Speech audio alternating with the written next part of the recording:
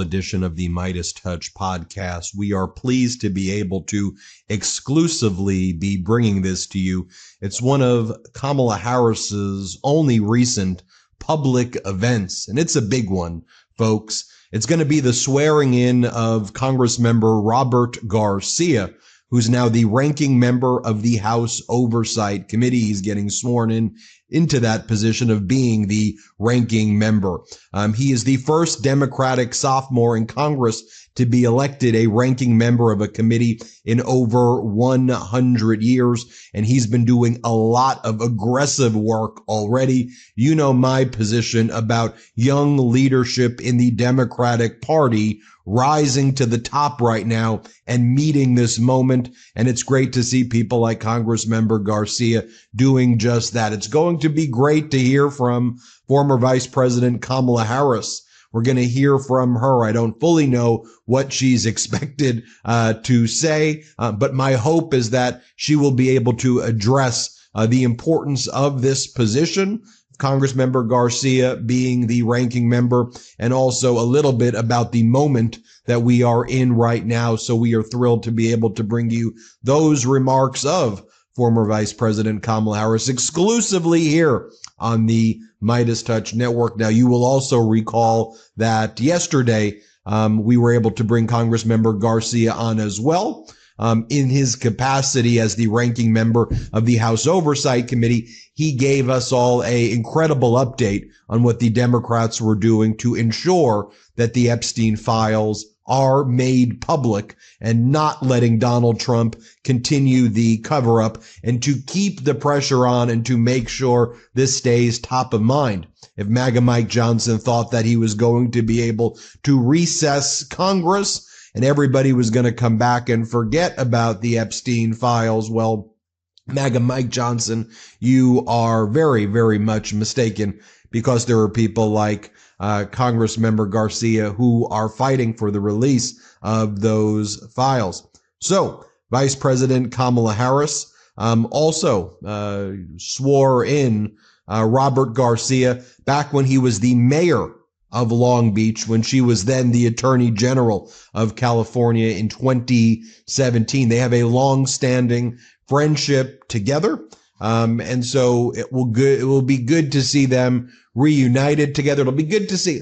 I want to know about you. I want to see Kamala Harris as well. We haven't seen many public appearances from her, so it'll be great that the MeidasTouch Network will be able to bring that to you as well. And it's a great reunion of them as well. I mean, they've stayed friends, of course, for many, many years. But the fact that she swore him in as mayor back in 2017.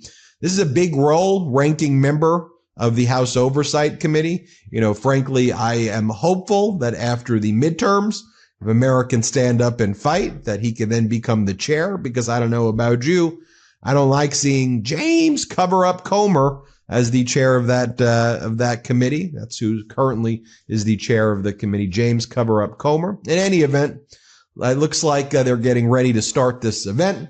Let's bring it to you right now. Here it is, the swearing-in ceremony featuring former Vice President Kamala Harris, Congressmember Robert Garcia, the new ranking member, folks, of the House Oversight Committee. Let's bring you live. Good evening, everyone. Good evening. Please have a seat. Good evening. It is good to be back in Long Beach. Good evening, Mayor. Oh, it's good to be back. Thank you all. Thank you. And what a joyous occasion we have to celebrate this afternoon. Our very own Robert Garcia.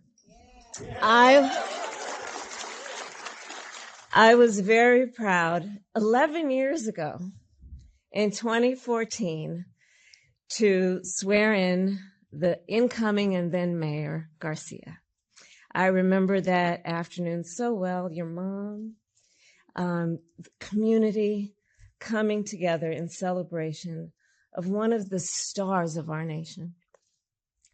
We all know then Mayor, now Congressman, soon to be ranking member, as someone who has dedicated his life to serving the people of Long Beach, the people of our country, working people, people who work hard, who give, who care, and deserve to have a leader in elected office who understands who they represent and why they do it. Someone like our very own Robert Garcia, who treats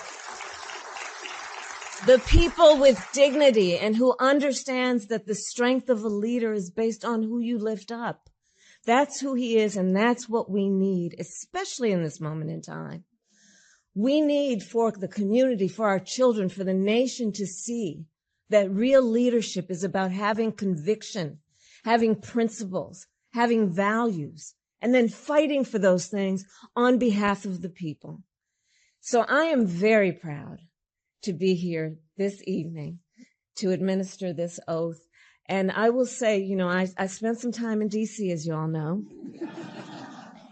And so, but then I had the opportunity to also witness his leadership from that vantage point. And let me tell you, when Robert Garcia walks the halls of Congress, people pay attention, if not try to catch up, okay? I've seen him with his colleagues. We all know and are so very proud of everyone seeing what we knew. He was elected by his peers, freshman class representative of Congress, by his peers. The position he is now going to take as a ranking member because he was elected. So what an incredible mark of a leader that their peers recognize their leadership and ask them to lead even more. So with that, I'm now going to ask the congressman. We're going to go here so everybody can see you. Move that around. Okay, you ready? I'm ready. Okay, raise your right hand and repeat after me. I do solemnly swear I do solemnly swear that I will support and defend that I will support and defend the Constitution of the United States the Constitution of the United States against all enemies, foreign and domestic, against all enemies, foreign and domestic, that I will bear true faith and allegiance that I will bear true faith and allegiance to the same, that I take this obligation freely, without any mental reservation without any mental reservation or purpose of evasion, and that I will well and faithfully exercise the duties of the office upon which I am about to enter. So help me God. So help me God. Congratulations. Thank you. Congratulations. Very well. No, thank you so much. Thank you.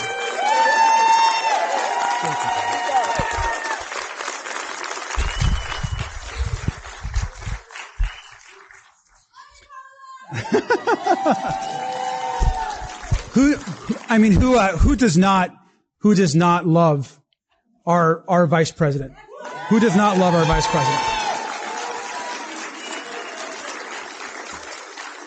I want to thank you, Madam Vice President, for your kind words and your leadership, your inspiration. You have been our senator. You have been our attorney general. You have been a historic vice president. But for me, and especially in this moment, the most important title you've always held for me has been a friend. And I'm so grateful to you for not just what you've done for our country and our state, what you've done for me personally, and for what you'll continue to do to help make our country a better place for our future. And so I am immensely grateful to you and everything that you have done.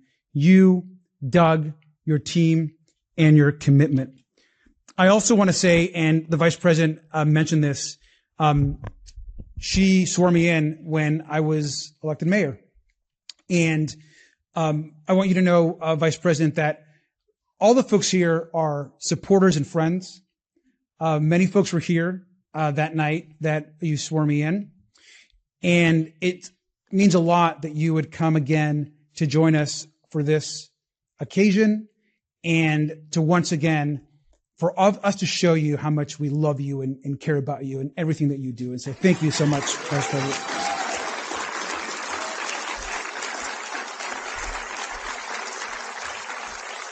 And it's good to be home.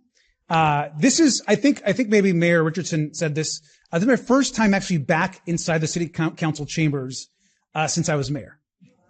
And so I'm happy to be here, and I'm happy to welcome all of you as friends.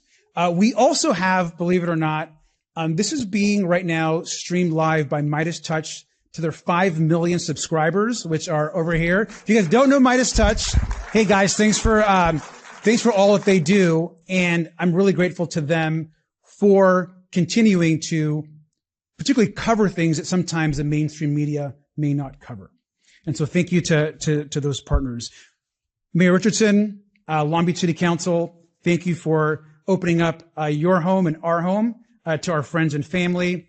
Mayor Foster, you've always been my mentor and supporter. I'm just very grateful to you also for joining us. And it's great to see our two mayors together. And so thank you both for being here.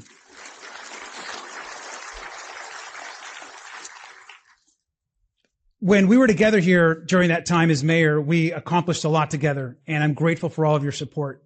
We passed a ballot measure, which today has brought in over $500 million to the city for infrastructure and public safety. We modernized our airport. We invested in public infrastructure.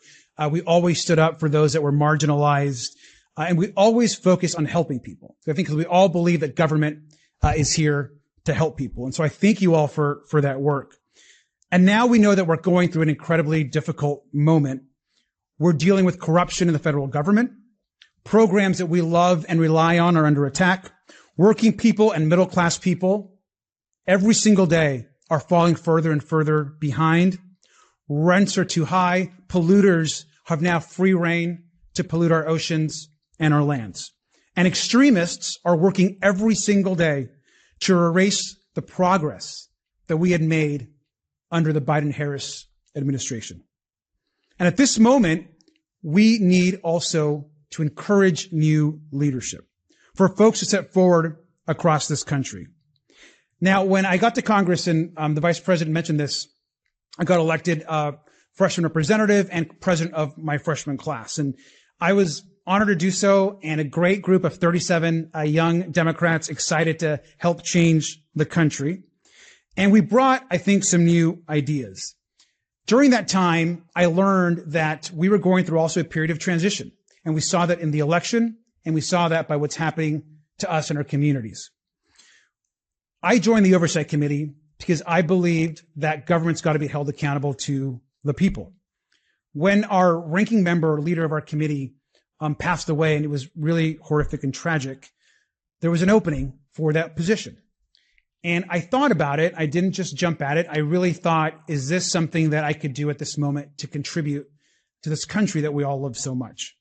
And I also was told pretty quickly, you don't have the seniority to actually win the seat. Of course, I'm only a sophomore. I was very made aware quickly of the statistics about how sophomores don't get elected to lead committees. But as you all know, I love a challenge. And so we got to work and really tried to make a pitch, thanks to all your support, that the country needs to expand the tent. We need to bring new voices in. We need to empower the next generation of Democrats. But also we've got to be committed to new ideas. We also got to ensure that we're fighting with the same energy that the other side often brings to these fights. It's important that we take on corruption, that we protect people from large corporations that would harm us, that we build a more efficient and responsible government. And I'm really proud of the work that we're going to do together. Now, the Oversight and Government Reform Committee is the top investigative committee in Congress. Oversight has a unique responsibility and jurisdiction to investigate any matter on behalf of the American people. Any matter on behalf of the American people. Our committee in the past has investigated price gouging, big corporations have taken advantage of seniors, high drug prices, political corruption, and more. So this isn't just going to be about opposing Donald Trump, and there's a lot to oppose. It's going to also be about delivering for the American public. That means building a government rooted in truth, driven by public service, not by special interests, and powered by strong, respected work that honors all of our union workers and hardworking people that are laboring every single day across our country. And our committee is all about making government work better. It's going to build on my experience here in Long Beach and certainly build on what I saw our vice president and our former president and so many others do in the White House, in the Senate, and in so many other places. We want to make sure that government is working for us and for the American public. But as we do that, we should be very honest and clear-eyed about what is happening right now in our country. Donald Trump is attacking everything that we love and know about our country. And he's putting himself first every single time. He's seeking property deals and real estate transactions, oftentimes in foreign countries where we should be doing diplomacy. He's accepting enormous gifts like the plane that we have all heard about from Qatar that he has no business doing on behalf of the United States. He's collecting untold millions for himself and his family through his crypto scheme that he's launched through the White House. He's giving pardons to political allies and donors. He's selling access to the White House, literally selling tickets to events at the White House. And I also believe he's active in a cover-up, as we all know right now, around the Epstein files. And it's beyond the corruption. He's weaponizing the Department of Justice to increase his power.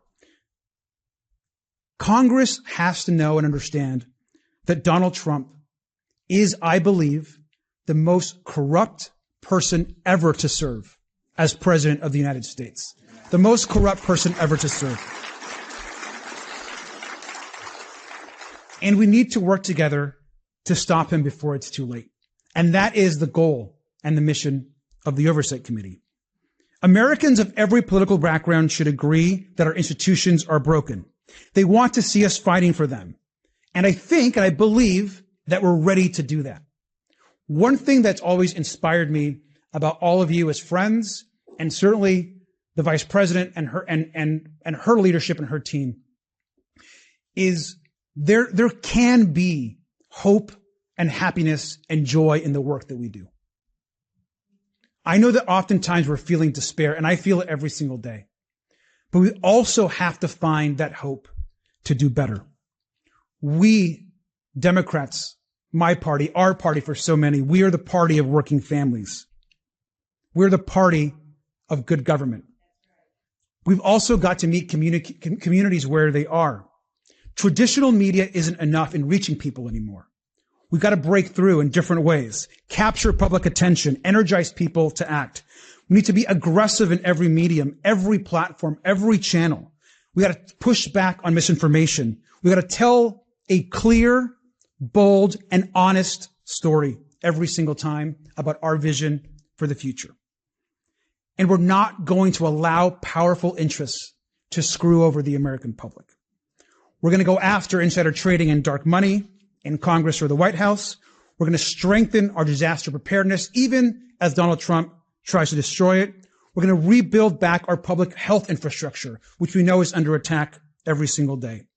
And we're going to make sure that our communities are treated with respect and dignity. Now, the American people has to know who's fighting for them and who is out for themselves. We've got to ensure the American public knows that we are the party of working people and the party that wants to actually build a better country.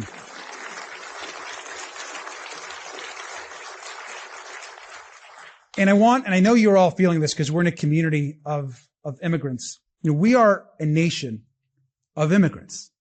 Immigrants built so much of this country.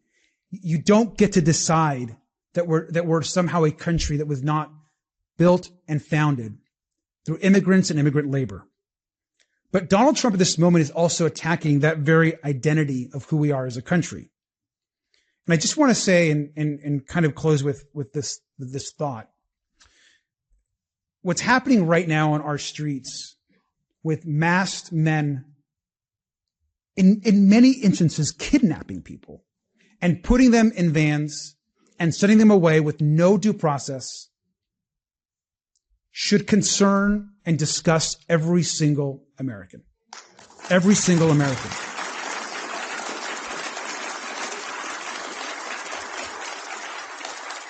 And for me, and it's not just me, because I know some of you others are also immigrants or come from immigrant families, it's very personal.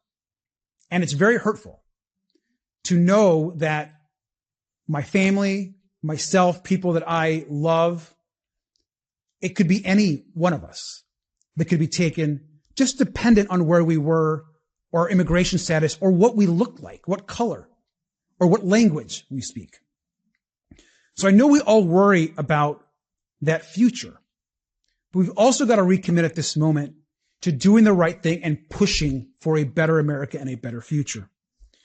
The oath that the vice president just gave me is very similar to the oath I took when I became a U.S. citizen. And when I became a U.S. citizen, I was in my early 20s. I think most of you know this. My family and I immigrated here. My whole family, we all became U.S. citizens right around the same time. And we fought for the opportunity to take that oath.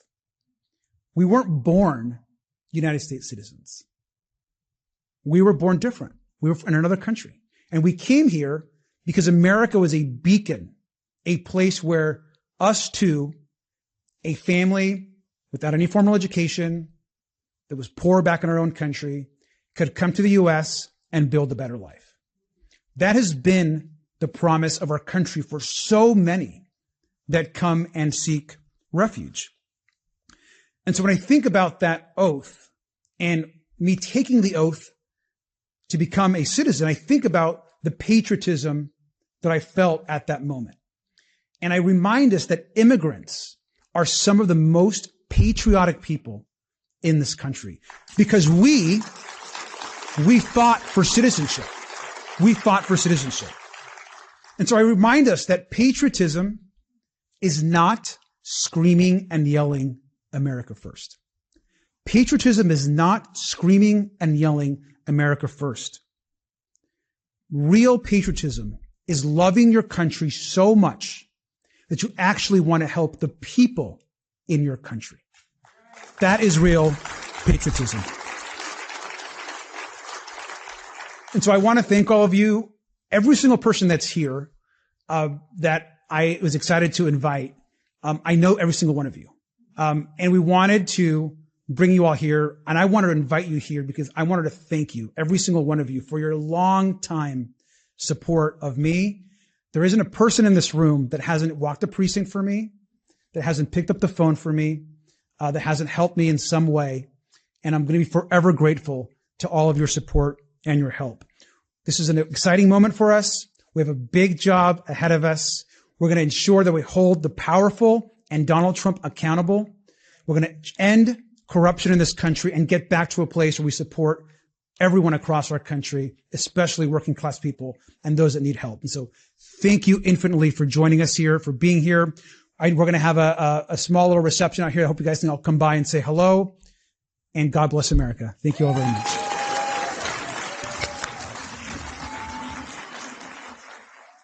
Can't get enough Meidas? Check out the Meidas Plus Substack for ad-free articles, reports, podcasts, daily recaps from Ron Filipkowski, and more. Sign up for free now at MeidasPlus.com.